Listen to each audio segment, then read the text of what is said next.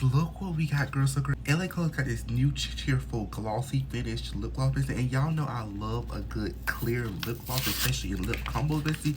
So I'm excited to try this, girl. This little like rose gold packaging, I love this clear. Like, bestie, get into the package, bestie. Enough talking, bestie. Let's try this now. Alright, now, bestie, the like applicator, that's the like only thing I don't like about it, bestie. But this is it's an 8 out of 10. I love it, but it's like, look, it's clear, it's glitter, it's cute. The only thing I don't like about it is that this applicator is too small, and then when you take it out, you don't get much product, bestie. But I almost definitely buy this again, bestie, because like, look how like it's super cute, it's clear, right? And it has like that little glitter, like, bestie, look.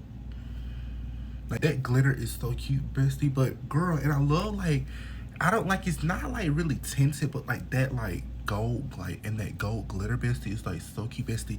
But girl, comment down below, girl, if you are gonna try the new LA Colors Glossy Shine Lip Gloss, bestie. Until next time, bye.